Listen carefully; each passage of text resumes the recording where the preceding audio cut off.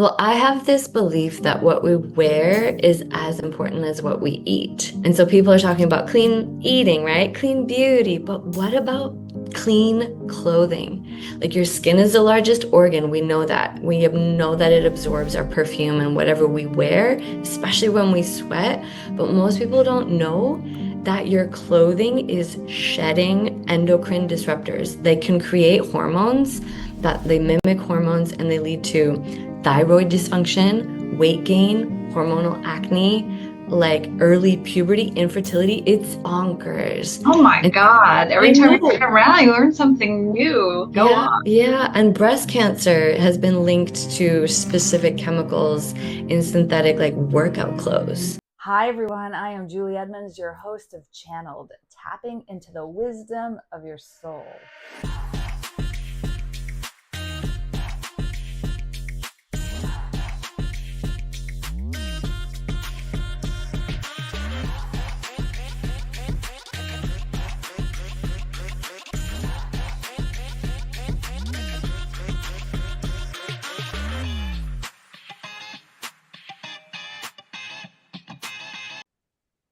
Hello, and welcome to Channeled, tapping into the wisdom of your soul.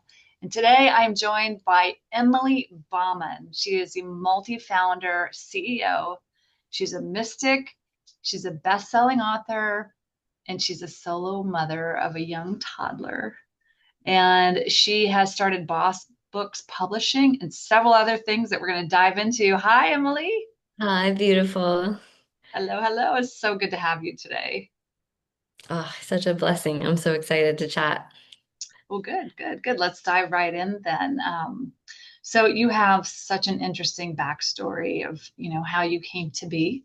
And I'd love to hear a little bit more if we could just start there. Yeah, so I'm Canadian by passport. That's what I say, but I was raised in Port-au-Prince, Haiti, in the Caribbean. So in the 90s, there wasn't even a flight available to get to the island. There was a political embargo, which tells you the state of the country. But my parents, being very adventurous and humanitarian workers, they decided it would be a good time to move our family of five there. So three kids under five. We took this little military airplane and we just like hopped a ride, got on there. I was sitting on mail bags, I think, instead of a chair. And so at the age of 7, I found myself transplanted to this very warm in every way, very rich and chaotic country. And so I had to learn to speak Creole. I learned French. School was really challenging. And so as a result, I just went into my own world. I read every single book in the elementary library, and then they gave me a special pass to the middle school library because I was just so bullied and tormented. And so I created my own universe. Wait, let's And stop right there for 2 seconds. Why were you bullied? Because you look different? you know how girls have a special flavor of cruelty? Well, there was one other blonde American girl, and she decided that I was a threat to her kingdom. So she just decided to say, if anyone is friends with Emily, they're ostracized. So it was Oh, a Don't Be Friends with Emily club that everyone had to have membership in. So I my was left on the girl. outside. I'm Yeah. sorry. Okay, go on. Yeah. So that was the kind of teasing and just ostracizing, just cruelty. But now I'm like, ha ha ha, because all of that reading and all of that imagination and on weekends we had beautiful trips to waterfalls and the beach, and my parents really had this avant-garde bohemian lifestyle, right? So it blessed me with a scope of worlds and access to people that most people never have. And it was also traumatizing. Like we were broken into in our home multiple times. I was held at gunpoint 3 times before I was 16. There was a military invasion. So we would watch helicopters from our roof, and it got so dangerous that the US posted a Humvee, if you can imagine, like a giant platoon of armed guards in front of our school because I went to the American private school. So a lot of, let's say, colorful experiences. And my parents did the best they could, like all parents, but I remember the time I was 15, and armed gunmen came into our house and we were held like tied up on the floor in our own living room. And then the next day, my parents sent us to school, right? They didn't know what to do. There was no therapy. There was no, it was just like, okay, everybody good? We survived that. Let's go. Oh my Um, God. yeah.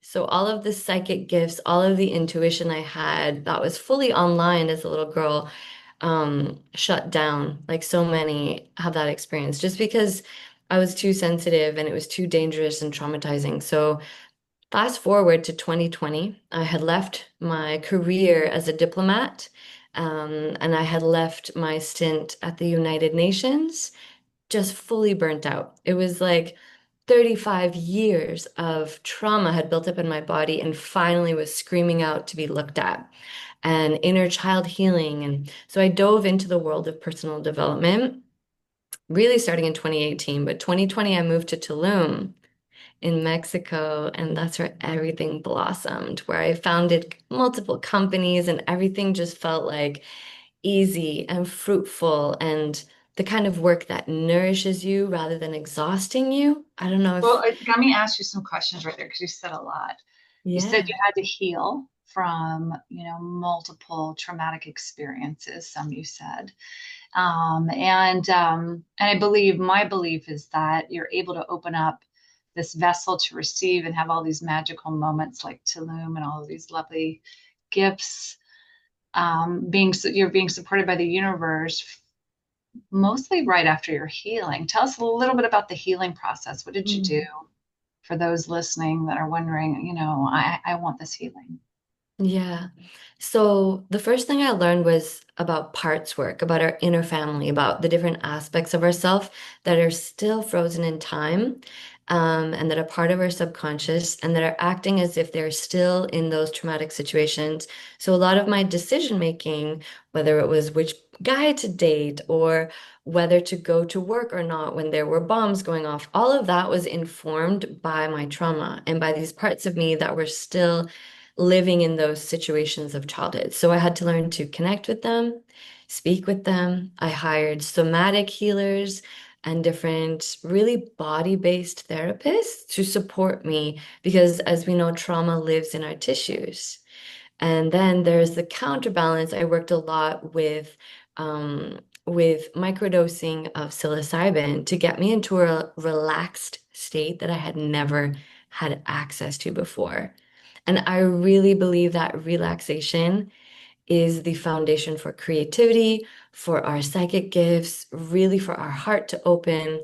And so I spent days in a hammock, just floating, right? And like Well, I you're felt right. What you so said about the calm. relaxation, that's really scientifically, it's tapping into the parasympathetic nervous system. And that's where you can relax and create because you were living in the other side, fight or flight, probably for, I don't know how many, 35 years or 30 years until you did this lovely work. Sounds a little bit like my hypnotherapy. It's all kind of related, right? Yeah, exactly. And I did past life regressions and a lot of breath work. I went to Bali and did an immersive 2 week breath work just every day, releasing trauma, getting supported. And on the other side of that, boom, all of the gifts come back online. They're safe to be nurtured. And you know what that's like. I do. So now here we are in Tulum. 35 years later, we're still back in time. I'm not sure what year we're talking about here. And so what happened? You started all these companies. Yes, so the first thing I noticed in the United Nations, I was a communications lead and I had a team, but I also loved picking up the camera myself and going into the field, right? Whether it was in a refugee crisis, I loved capturing people's portraits and doing storytelling to make sure that that was how we did the fundraising. That's how we tapped into solutions, right? You connect stories, make people care, the pockets open. So that was my special sauce, was making people care through stories and portraits. And then in Mexico, I still had my sexy camera. And I was like, okay, but this time, instead of refugees and internally displaced people, I want to photograph women and use this camera lens as medicine to show women how fucking radiant they are, how gorgeous they are. Ooh, wow, that is awesome. And then what came with that was this desire for them to feel beautiful in the clothes they wore. So I had collected all of these natural, organic cotton goddess dresses. You know, when you think about like resort wear, flowing long maxi dresses. And so I would invite women to put them on. And I noticed something interesting. The minute they took off their jeans, the minute they took off their spandex and their biker shorts and whatever they were wearing and put on this very different cotton fitting like natural material, their bodies changed and they glowed a little more. And then by the end of the session, wearing this fabric for 3 hours, they were like, where can I get one? Where do I get this? I want to live in this. And what contributed to the transformation? Well, there was the feeling of relaxation. And I don't know if you know this, but when we do wear synthetic fabrics, there is a whole feedback loop with our bodies, and it is extremely harmful. Do you want me to talk I about wonder that? what I'm wearing. I gotta look at my tags right now. Yeah. So let me ask you, how much of your wardrobe would you say is like 100% cotton, linen, or other natural fabrics? Oh, not a whole lot. I mean, like a portion of it, when I go to the islands and things like that, or I feel like relaxing. But I have so many business suits and things of that nature, and who knows what those are made of. Yeah. Well, I have this belief that what we wear is as important as what we eat. And so people are talking about clean eating, right? Clean beauty. But what about clean clothing? Like your skin is the largest organ. We know that. We know that it absorbs our perfume and whatever we wear, especially when we sweat. But most people don't know that your clothing is shedding endocrine disruptors. They can create hormones that they mimic hormones and they lead to thyroid dysfunction, weight gain, hormonal acne, like early puberty, infertility. It's bonkers. Oh my And God. Every I time we know. turn around, you learn something new. Go on. Yeah. Yeah. And breast cancer has been linked to specific chemicals in synthetic like workout clothes. Yeah, I'm hearing a lot about that too. Yeah. So I think that what's happening when women are putting on these dresses is their body is going like, oh, finally. Like, we don't need to have all the scientific evidence just to feel the truth in our bones that when we put on, like right now, I'm wearing undyed organic cotton. And I was wearing just like a really beautiful rayon dress before. But when I put this on, I was like, oh, why do I ever take it off? You know, it's, you just feel it in your body. This is good for me. And it is even good for your mental health. Like I call it happy clothing. So I think in the photo shoots, that's what women were feeling, as well as I would lather them in sacred oils and frankincense. And so they were just kind of like, loved up on. I'm sure it was the whole experience, your energy, your loving energy, your healing energy. And we know healed people can heal people. And you're coming off this like healing journey. Well, not that we're coming off of it, something for the rest of our lives, but it's massive healing. And now you're creating these beautiful spots for women to just sort of transform into this divine energy. And so I know from your bio and from knowing you personally that you've created a whole clothing line now. Let's talk about that. Oh my goodness. So Alchemy is my queen. She's like the creative director of my life because I believe that every business has a soul and an entity, just like a book, right? And you have to have dialogue with it and ask it, okay, babe, what would you have me do today? And so I started it in the middle of the pandemic, which was very counterintuitive. But what happened was this whole Yucatan Peninsula, the Mayan Riviera, is super dependent on tourism and it all dried up. So you had these people that were just destitute. And I was like, this time I'm not a kid in Haiti. This time I'm a grown-ass woman and I can do something about it. So I raised capital and I got some investors and I launched this clothing line called Alchemy. And L, as we know, is she. And alchemy is the capacity to transform anything into gold, into goodness. So I just wanted to celebrate the unique feminine ability to do that. Wow, that's so beautiful. And so now you have a whole collection. Yes, and I went on maternity leave to have my baby, and we reformatted. Some of the investors stepped away, and so now we're kind of at this new reboot. It's like Alchemy 2.0. And what the Alchemy spirit is asking of me is to open a flagship store. And we had only designed six, like a capsule collection. And each garment is inspired by a different ancient queen. So you have like Alexander the Great's mother, Olympias, and you have this Viking queen. And so when you put on the dress, you feel like that archetype, that power, whether it's romantic, like Guinevere of Camelot. So now we're going to complete the collection and just take it worldwide. Awesome. And someone listening right now, where could they find your beautiful dresses? And what else? Is it dresses? There's other things too. Yeah, so it's kimonos, dresses, we have skirt sets, we're coming out with blazers because I really want women in cities and powerful CEO corner desks to also be wearing this. So it's comfortable caftans, it's a whole collection we're coming out with. And you can find us at Alchemy on Instagram, just ELLECHEMY. And from there you can join our mailing list and just become a part of the universe. Oh, that's awesome. I love this. I see you glow and shine every time you talk about it. I'm so happy for you, this next venture in your life. So let's change, what are we trying to change? Let's change the note for a minute. So you own and you're the founder of Boss Books. And I know that's a lovely acronym for you're going to tell us right now. And right here, you're helping spiritual leaders share their wisdom. Let's talk about Boss Books for a moment. Mm. So I don't know about you, but I've always wanted to publish a book. And it was like this lifelong dream that I kept pushing off and pushing off. And then I started writing my memoir when I was 22. 7 years later, I still had not finished that memoir. It kept growing in scope and I was like, what is happening? So what I realized is I didn't have a framework. I didn't know how to structure a book.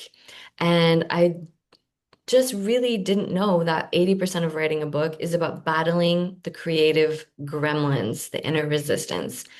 And so when I moved to Tulum, I also went on a journey of learning and applying the personal development tools that I was learning to my creative life. So what happened was I finally did it. As I was in my postpartum phase, I had just given birth to my son at home. And I was like, you know what? I'm going to take all the things that I've learned, all this wisdom, and I'm finally going to write a book. And I did it, Julie, like in 3 months, even though I was typing with one hand on a couch and holding a baby, I finished it. I actually have a copy here. It is Born to open write, red transfer your wisdom, transform your wisdom into a bestseller in 90 days. into a bestseller in 90 days. Awesome. Oh, you were channeling all of that, holding your baby with one hand typing. That was all channeled. It was, and it was what I needed. This book is what I needed to feel confident to do two things. First, to start a writers collective. And then the second is to start this publishing house. It's very boutique. And so someone from the writers collective who's gone through the paces with me and is ready to publish, I read the final draft. And then if it's up to snuff, then we publish it. And that's such a beautiful experience for them and for me because I have this goal to have a bookshelf behind me with 1,000 books that I've supported to come to life, to birth. What a So, beautiful vision and manifestation. It's going to just appear behind you, not far from now. It's quantum leap. So you mentioned something I think that's very important. Most of my listeners are entrepreneurs, and they suffer with a lot of fears, just like anyone. We're all the same. Fear doesn't, it doesn't discriminate, right? And Matt, you talked about the gremlins, the resistance gremlins. We talk about imposter syndrome. What did you do? Because it's scary to start your own business at times, and it's like, how do I keep going when all of these noise and these voices are talking to me and telling me these things? Yeah. My secret code is 4 letters long. It's BOSS. BOSS stands for being of sacred service. So Mm. whenever I get in my head and whenever the intrusive thought starts flowing, I do two things. I stop and I give myself a lot of love and tenderness. And I say, "Oh, I hear you. I know it is so scary." And here's the key. It's not about you. It's not about you. I say to myself, it's not about you. It's about being of sacred service. Who needs this product? Who needs this dress? Who needs this book? Who needs this wisdom more than anything else? It's about them. So stop navel gazing, Emily, and start being of sacred service and make your legacy of love matter more than all of the swirling self-doubt. Wow, that's awesome. So you connect into this divine energy. You connect into this like soul connection of how can I give back to the universe? And that is so beautiful. We need so much more of that right now in the world rather than give, I want, I need, I'm making this for me, for me, for me, for no, it's for us. It's for all of us. Wow, that is such a beautiful message. So being of sacred service. Tell us about Boss Books. If someone was, wanting to get not, not where we can find you, but what would you do? Like if a client came to you and said, Emily, can you help me? Yeah, so the first thing I would do is support them either one-to-one or if they would like to just join the Writers Collective, we have a really awesome group on School, and we can share the link in the show notes. But essentially, I would say, come on in, the water's great. Like, this is a loving group of people, and we have writers at every single stage of the continuum, people who are doing their outline of their book, and people who are getting ready to publish and go to market. And so inside, you instantly get 3 master classes: how to do a mind map, how to do a chapter structure, and how to set writing goals that you actually feel like they nourish you. So there's a lot of inner work and really practical guidelines. And it's what supported me to finally cross the finish line of my first book.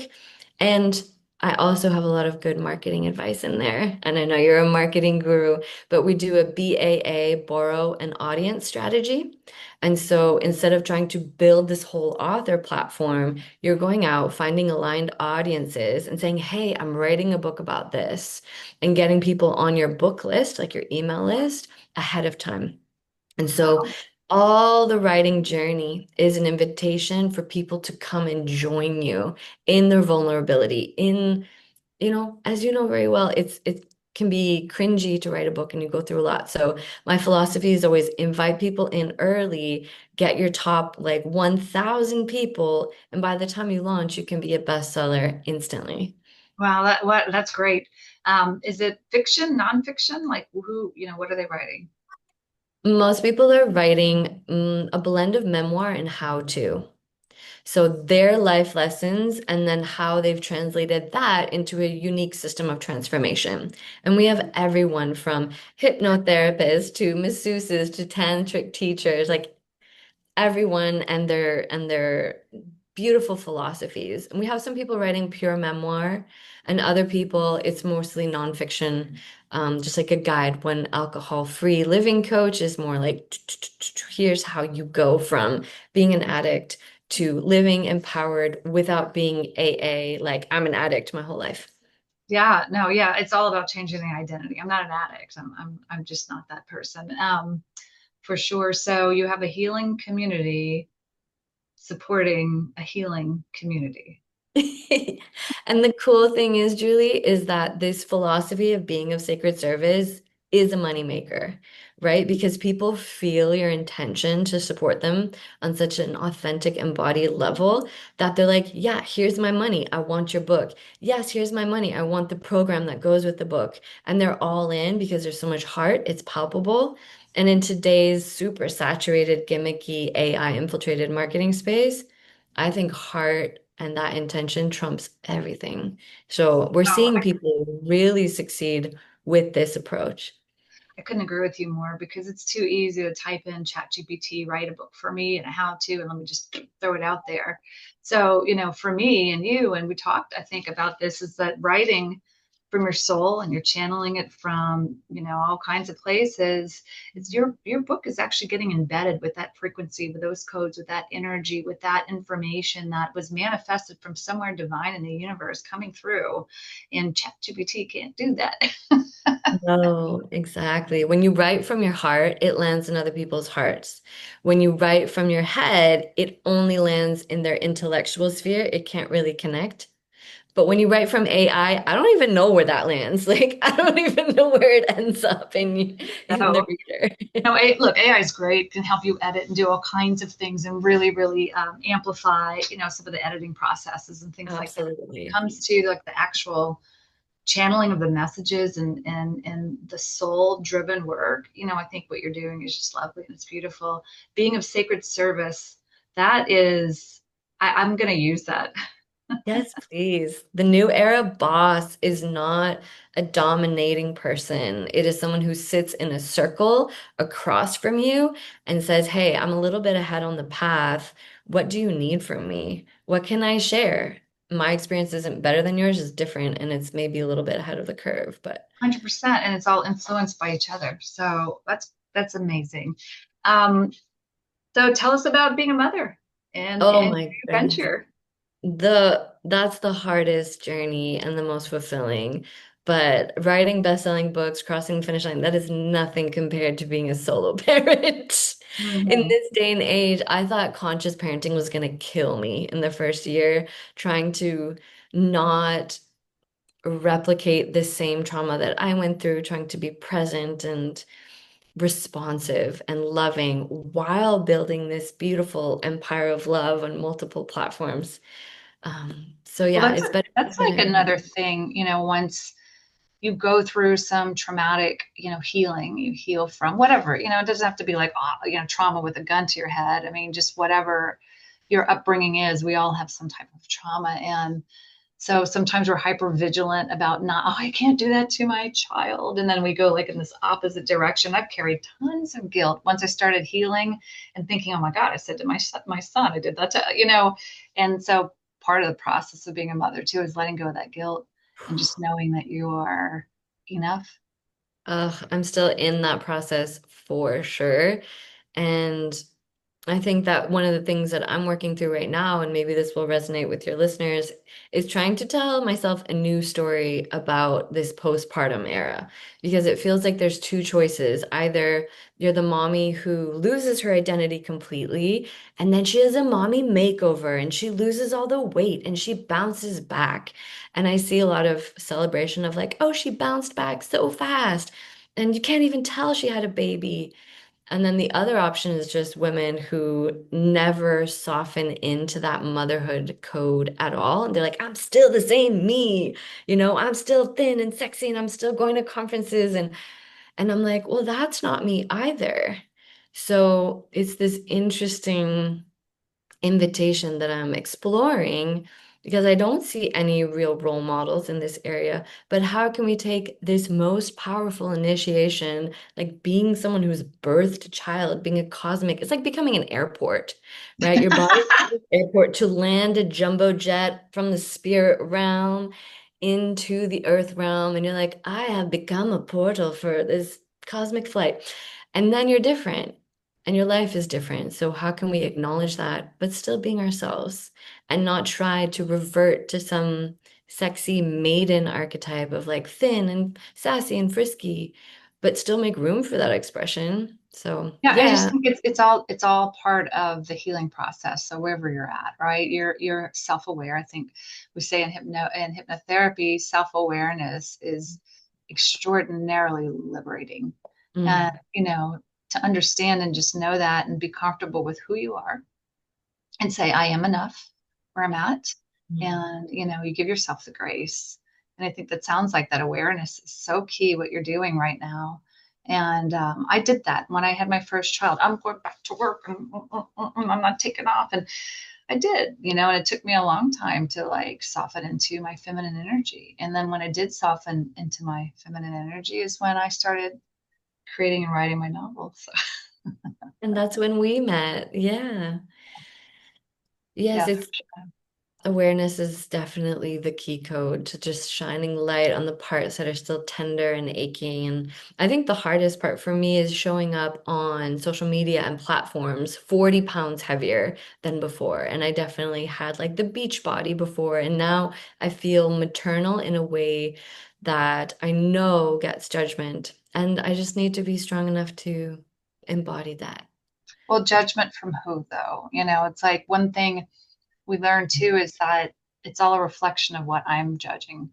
So people look at me based on the way I look at myself. I'm projecting Mm, out. So my reticular activating system is looking for what I'm thinking about myself. So if I'm thinking of myself as flowing and beautiful and accepting and enough, people are going to look at me because that's the recognition I'm going to see from other people. But if I'm judging myself consistently, then all of a sudden I think everyone else is judging me. It's just sort of how it works. So, mm, um, and I know I've looked at my, in different various weight moments in my life. Like, look how round my face looks, and look how tight my shirt was. And it's like it's hard not to do that, especially when you're in the public eye. mm. How do Yeah, you thank handle that? What do you you. do? What are some of your practices? I am building my toolbox as we speak, and your reminder is just going to be another one that I put in my little quantum pocket and pull it out whenever it's required, because you do set the tone for how people receive you. And I think it's another layer of healing because the high school, the middle school, the space in which I grew up in Haiti was the most superficial and judgmental that I can imagine. And they were very vocal. Just to illustrate, one girl would line us up in a row based on skin color, palest to darkest. Oh, And she no would way. mock people on either extreme end and say, Emily, you're so pale. You're like a piece of printer paper. Why can't you get a tan? Aren't you ashamed of yourself?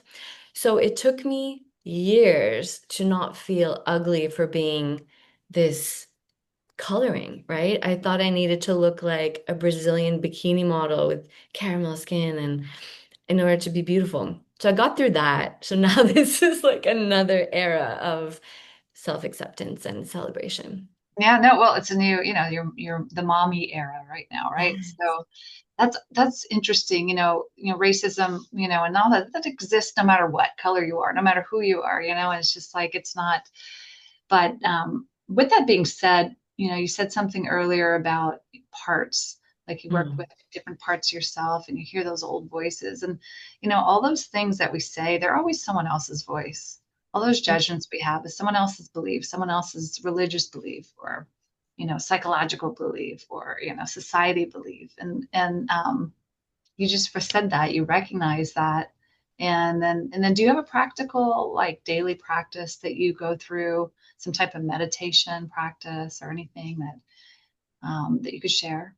yeah, so every day I start the day with movement because I believe that our dream space takes us to really profound places, but we have to land fully back in our body and merge our spirit in our body again. And so I walk my toddler through some Kundalini yoga, and it's just like windmilling your arms and slapping your body. And we say, wake up, body, wake up, body. And then we do some breathing and just some movement to beautiful hand pan music. And that's my really invitation to start the day on a beautiful frequency.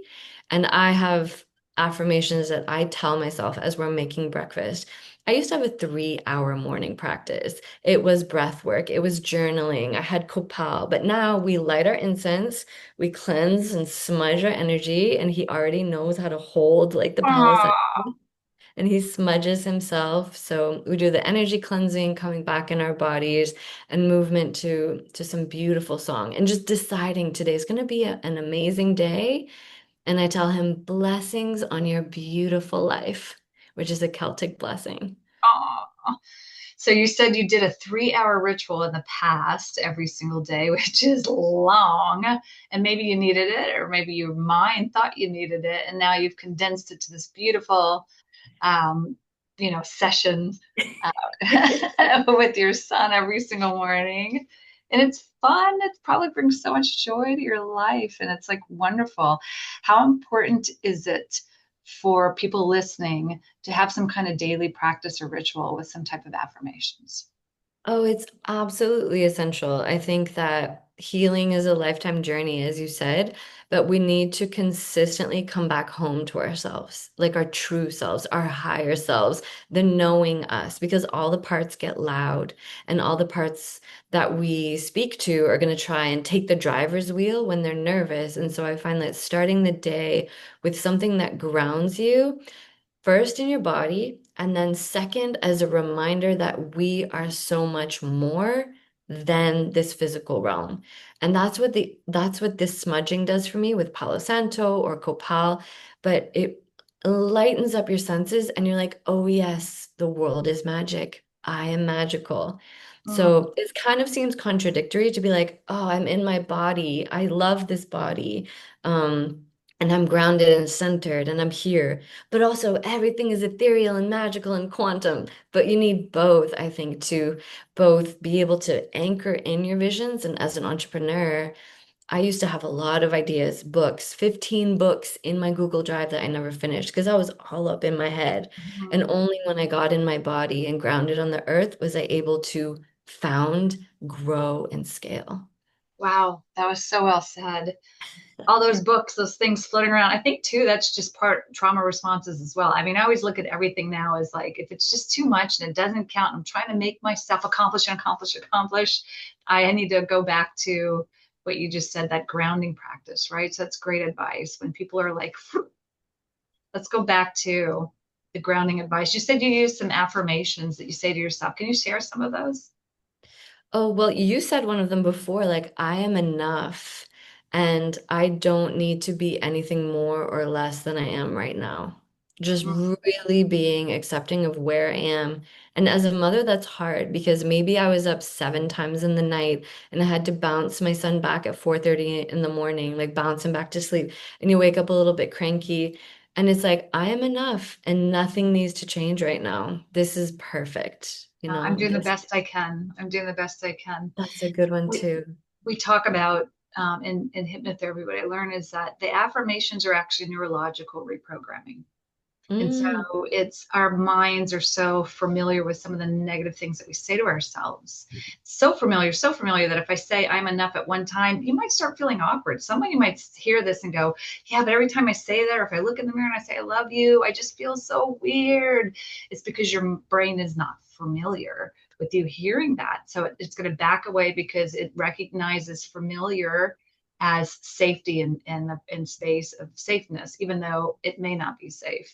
And so that unfamiliar thing is like new networks forming and it's repetitive. You got to say it over and over and over again. So you have that practice every morning. You say these affirmations. Do you repeat them? Do you think about them? Because I, all the time, no matter what, if I start feeling anxious or iffy situation, I just keep telling myself, I'm resourceful, I'm smart, I'm enough. And now it just becomes who I am because I've hmm said it so much, but it was unfamiliar and uncomfortable when it first started. Was it that for you? And how did you get over that hump? Yeah, I think that there was a 3-year period, 2020 to 2023, where healing, rewiring was my full-time job. Besides growing Alchemy and Boss Books, I treated it like a full-time job. I would wake up, and that's why I had those 3-hour morning sessions.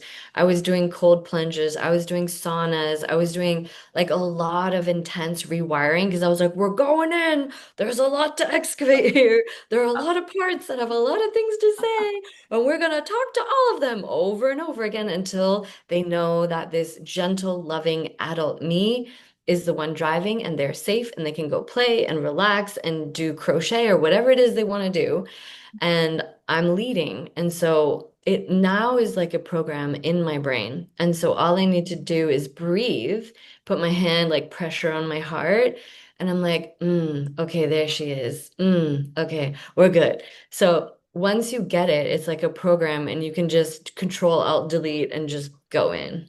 Sure, sure. But that's lifetime work. So what if someone doesn't have 3 hours in the morning and they're just racing to get to work and this and that? What would you recommend?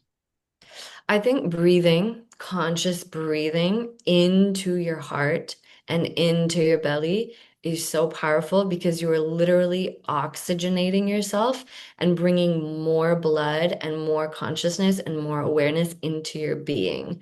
So if you only have 5 minutes, I just really encourage deep breaths in through your nose, maybe for 5 counts, and then exhale long through your mouth for like 9 counts. That way you are So in relaxed. 5 counts, out 9 counts. 9. And just telling yourself, like, I am safe, I am beautiful, I am loved, I am worthy of all the best that life has to give. I am here, I am enough, I am beautiful, I am loved. Because safety is the linchpin of all the blessings, all the miracles. I really believe in nothing good can land if you're not in a place to receive it. And that is all based on safety in our nervous system. So Well, just it's interesting that you say the safety because anytime I'm doing a hypnotherapy session, people are wired to think anxiety is safe or, a fearful abusive relationship is safe. It's irrational. Mhm. So it's like going to the other side of saying, wait, hold on, let me find the familiar something else. And so that's why sometimes when you're telling yourself, I'm safe in this like unfamiliar environment and I'm trying to get away from that other one and then you're drawn back to it is because your mind is just automatically assuming that other spot was safe. And so you're right. Like the other part is it doesn't feel comfortable, but I need to keep saying it until it is comfortable and that is my new familiar. That's it. And I definitely identify with that, being familiar with unsafe spaces and being addicted to, well, I would say I was in such an extreme hypervigilant state that I only felt safe when I was in an emergency. When I was in a life-threatening situation, then I relaxed because I was like, okay, it's finally arrived. The crisis Wow. is here. So now I can breathe. And now I can be chill because I know how to deal with this really well. And until that other shoe dropped, I was waiting for it. I was scanning for it. And for some people, it's not that extreme, but they are waiting for their boyfriend to leave them, or they are waiting for the boss to give negative feedback because they just think it's bad is coming. Yeah, no, I have friends that are, they're great public speakers. And they're like, I don't prepare until the last 15 minutes because then I feel all this pressure. When I feel this pressure, all my thoughts come and I can do it, blah, blah, blah, blah, blah, blah, blah.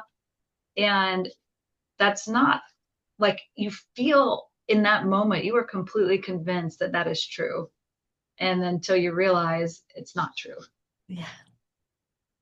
Yeah, interesting. Great.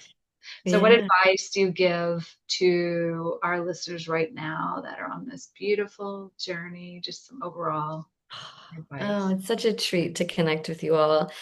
I would say that relaxation is the gateway to safety, and safety is the gateway to creativity, to abundance, to wealth, to miracles and blessings that are lining up at the door, waiting to meet you and match with you. And it all starts with being relaxed and feeling safe in your body. So I encourage any form of nervous system regulation that feels good. And from there, just start creating, writing, making weird, silly poems, whatever feels like it used to give you joy, and maybe you give yourself permission to do that again. I would encourage you to do that. And if you're here to write a book, call me.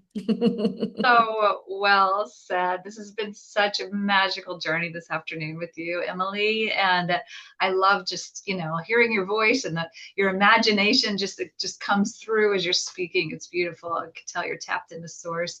So those listening, I know we said it earlier, but anyone listening, where can we find you? We'll put it definitely in the show notes, but if someone's listening right now. Yeah, I love connecting on Instagram at emilybauman.co. So Emily with a Y, Bauman.co. It's also my website, emilybauman.co. And if you're interested in the whole hybrid publishing world, it's thenewboss.co. Awesome. And then Alchemy.